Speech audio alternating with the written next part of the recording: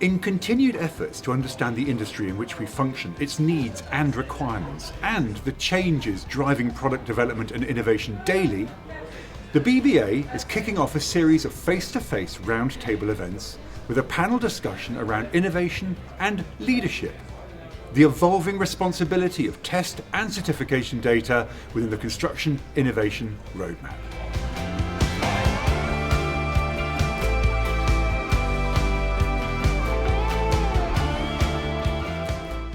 Let's talk about how UK organisations are building on a heritage of innovation, from the Industrial Revolution and civil engineering to vaccine development, to be able to play in a global arena.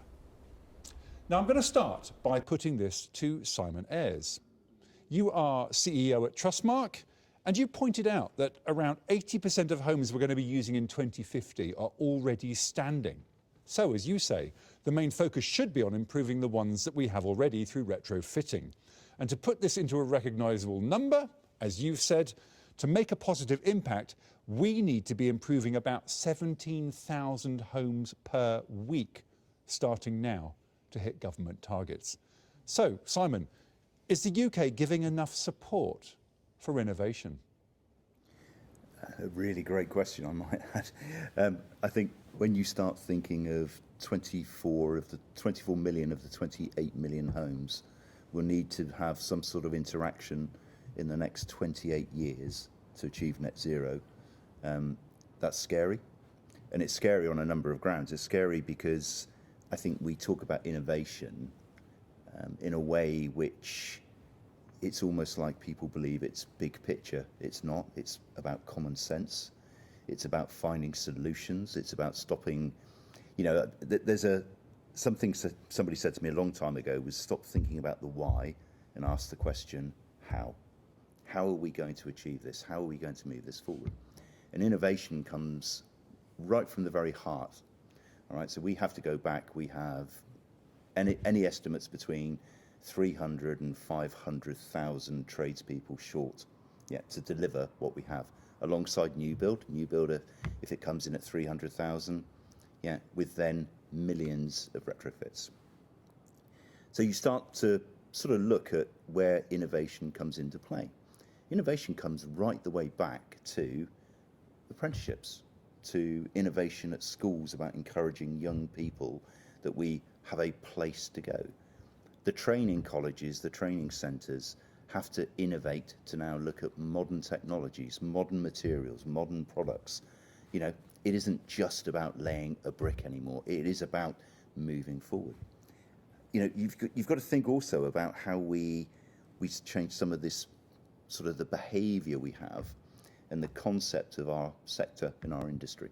And if you look at construction, you look at energy, you look at decarbonisation, none of it's particularly attractive until you tell somebody you can earn quite a good salary from actually being involved within that sector. And then it changes, as we all know. But that leads through to then innovation around services and delivery. So as a consumer, innovation to me means put something into my property, help me on a journey to understand that, make it simple for me to understand. And we are really, really good at making things so complex that you will never, ever understand how to run it. Solar PV is a classic. Solar PV should be so simple. My word. What a challenge when you start looking at the data and the setting up. So we are actually defeating our own self. Innovate to make it easy. Innovate to make it, accessible, achievable in all those areas. And when we talk about products, products have, I appreciate they come right the way back from the manufacturer, but they have to be innovated in a way that allows the installers, the services to understand how to install them, what those differences will be, how they will mix together. In the future, we will be mixing lots of different product, which will be from insulation through to renewable technologies in a single property. You need innovative thinking. You need people that have really good ideas to bring that together. And you've got to think about the speed of delivery. One of those things that we really do now have to look at is, not sit and talk about it for 6 months, 9 months, 12 months, 18 months. Yeah, we need to push forward. We need to bring those ideas to the table.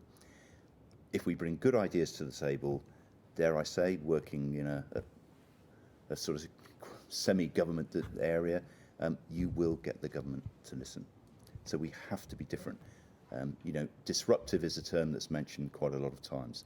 I think now is the time to bring some of that disruption to play, be innovative and solve our problems. All right, thank you, Simon, very much indeed. Now, I know somebody wants to come back on that, is Anna. Anna Scothen, you are Chief Executive at the NHIC. What would you say to Simon about that? Well, I want to build on it, Simon, because you're absolutely right. The innovation needs to happen now to make things easy for householders. The NHIC is the National Home Improvement Council. And you're absolutely right that we make it so complicated. We have many homes now have smart metering, both for water and energy. And wouldn't it be wonderful if those smart meters were all Wi-Fi enabled, all connected into intelligent systems that learnt as that they went, that learnt your behaviour patterns, that learnt how you as a family used your energy, because every home, every occupancy is different from next door, but your system learnt how you occupied, learnt your normality, so that when things weren't normal, when you did have a leaking valve in your toilet system that's wasting 10, 20, 30 litres of water a day, which is millions of litres to the national grid for water, that it was connected to your Alexa or Google device that just alerted you onto your smartwatch or your phone to say, your water usage isn't quite correct, Anna. We think you might have a leak, please. And here is a list of competent installers that in your area that can connect into. So all of that is actually possible at the minute. The technology is all there. What isn't there is the innovative thinking and the disruptor organisations and the open sharing of data to start pulling that together. And I think that people will start opening up their data, because they will realise that if their data isn't plugged into Alexa and Google, and their data isn't plugged, that the water meter isn't plugged in, that consumers will start choosing those, so it become a competitive advantage to have your data open, that will then start to make your home connected. Because people are already asking Alexa to turn on and off the lights and to let you know that you're home, and your Ring device shows you when the cat's jumped off the sofa or whatever. So that a lot of the technology for improving carbon efficiency of homes, improving water efficiency, is there. We've overcomplicated it. We need to strip that out and use the data to make the home connected. Well, I think this is the perfect time to bring in Ehab. Ehab Saeed, you're the founder and director of innovation at Biome and a member of the board of Fast Forward 2030, which promotes speculative models for enterprise and behaviours that will help deliver the UN's Sustainable Development Goals. What would you have to say about what Anna's talked about? I do completely agree with everything that's been said. I think innovation is absolutely critical, but it does need to be carried out in a very quick manner to catch up with the change that's required and the response that we need to demonstrate in the construction industry to the climate crisis as well. But I think in terms of understanding how that innovation can take shape and how it can actually implement change, real-time monitoring and the use of understanding how things actually behave in real time using sensors and smart meters and things like that. But also the really important point that was made is the intelligent systems. And I think that's what I was referring to perhaps earlier as well, when I said that we're not using linear equations to work out how a system or a biological system or a building operates anymore. We're using very circular, complex equations and algorithms that are working out and understanding how these things operate. So when we are working with a material and developing a new product, for example, we would understand based on the biochemical emissions of the living organism that we work with, because we grow building insulation out of mushrooms. And we understand using the biochemical emissions, using the organism signals that it's given us, how that material is going to be responsive when it comes to testing and standards. And I think that ability to predict, if it was embedded in the testing and standard process and then monitored in real time during its implementation, is absolutely transformational. And it's not new innovation or groundbreaking stuff. It's combining some ancient tribal technologies that we're working with some really advanced tech and machine learning and artificial intelligence. Nice. Okay, well, let me turn to your left then. John Leake, you are Business Growth Director at Scitec. I know you had some thoughts on this as well. Yeah, I was just thinking about, if as an industry you're looking at how can you accelerate the adoption of innovative techniques, there's probably a number of sort of key principles around that. The simplest form of adopting and implementing disruptive innovation is taking what has been well established and tested and ironed out in other sectors and bringing that into the industry. So that a lot of the challenges that might have been faced in those early days have already been tackled. So that's certainly something to look at. Who around you, other industries which are kind of have similar challenges and have actually tackled those with particular types of innovation. I think the second principle is actually, if you're going on a journey of innovation, you're going to need new partners. There are going to be new organisations, new skill sets, new experience and expertise you're going to have to bring into the industry. So for individual organisations, but for the industry as a whole, think about, what does that look like? Where are you going to find those people? How can you actually bring them in a more effective way?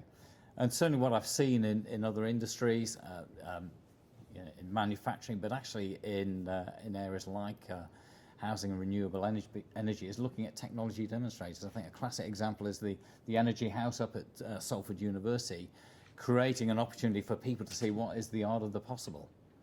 Because actually sometimes visibly being able to see what is possible within kind of almost a sort of life-size replica is really important in terms of actually inspiring and informing people to actually take those steps. It also creates an environment which makes it a lot easier to bring people from different industries, different types of organisations to come together and collaborate.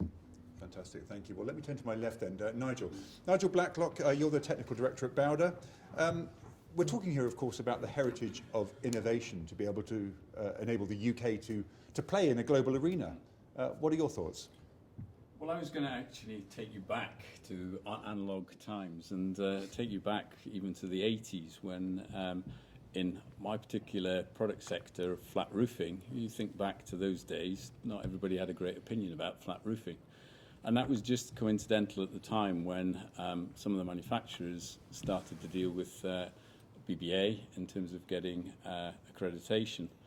And they actually started to look at different ways of doing it, which was actually getting to the root cause. So it's looking at who are the other people involved here. And one of the bits that's sometimes forgotten is also some of the commercial drivers that actually often get in the way, or if you engage them correctly, could help. And so we talked before about PV. One of the big issues with PV often is the dichotomy between the PV installer and the roofing installer, for instance. Coming back just to the back then, what we established was there were actually three problems. There was the quality of materials, quality of design, and quality of installation. Well, hopefully through certification and verification, we can demonstrate that our products tick that box. And I think by reputation, we can see that flat roofs don't have the same reputation they did back then. But what I would then bring from that was we should look more at other industries and other areas. We've done it for BIM, for automotive industry, etc.